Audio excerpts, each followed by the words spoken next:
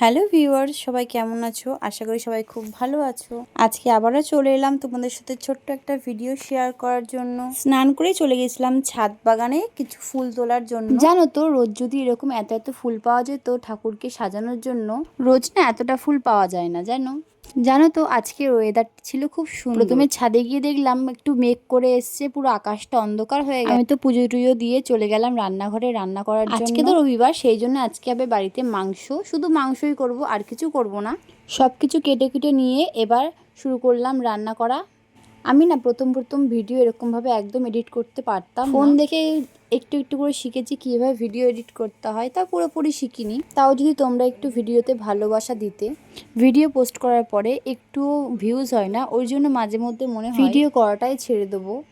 কিন্তু না, ভিডিও যখন করা একবার শুরু করেছি তো ছাড়বো না, ভিডিও করব, রেগুলারলি পোস্ট করার চেষ্টা করব। যাই হোক, ছাড়ো। প্রথম থেকেই দেখলে কিভাবে মাংসটা আমি রান্না করলাম, আর দেখতেই পেলে এই মাংসটার মধ্যে কতটা চর্বি ছিল। আর মুরগির মাংস চর্বি খেতেও কিন্তু খুব টেস্টি হয়।